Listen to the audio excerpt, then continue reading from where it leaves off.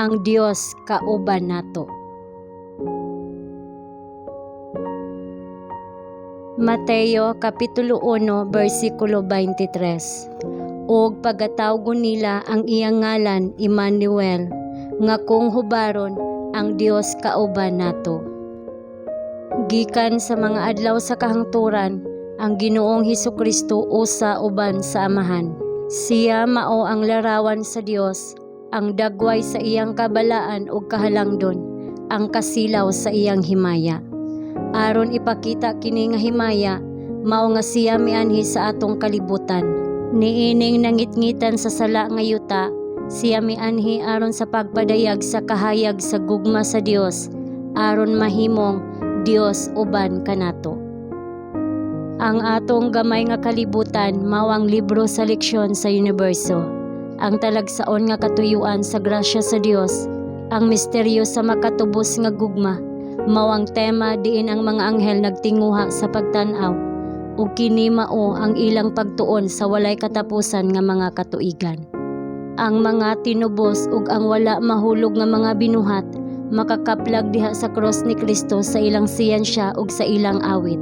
Makita nga ang himaya nga nagdanag sa nawong ni Jesus mao ang himaya sa nagsakripisyo sa kaugalingon nga gugma. Diha sa kahayag gikan sa Kalbaryo, makita ang balaod sa pagsalikway sa kaugalingon nga gugma, mao ang balaod sa kinabuhi alang sa yuta ug sa langit, nga ang gugma nga wala mangita sa iyang kaugalingon adunay tinubdan diha sa kasing-kasing sa Dios.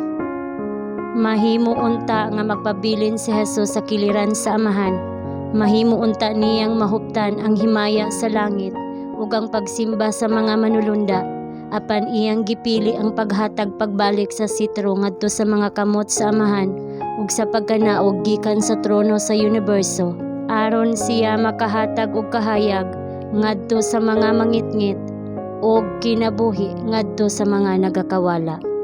Kining dako nga katuyuan gilandungan sa mga tipo ug mga simbolo. Ang nagdilaab nga sa pinit, diin si Kristo mipakita ngadto kang Moises nagpadayag sa Dios. Ang maluluy-on nga tanan nga Dios mitabon sa iyang himaya sa usa ka labing mapainobsanon nga tipo nga si Moises makatan-aw niini ug mabuhi.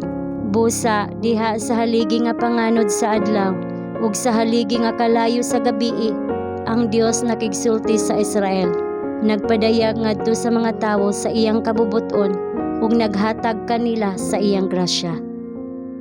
Ang himaya sa Dios gipaubos ug ang iyang kahalangdon gitabunan, aron ang mahuyang nga panan-aw sa may kinutuban nga mga tawo makakita niini. Busa si Kristo moanhi sa lawas sa atong pagkaubos sa dagway sa mga tawo.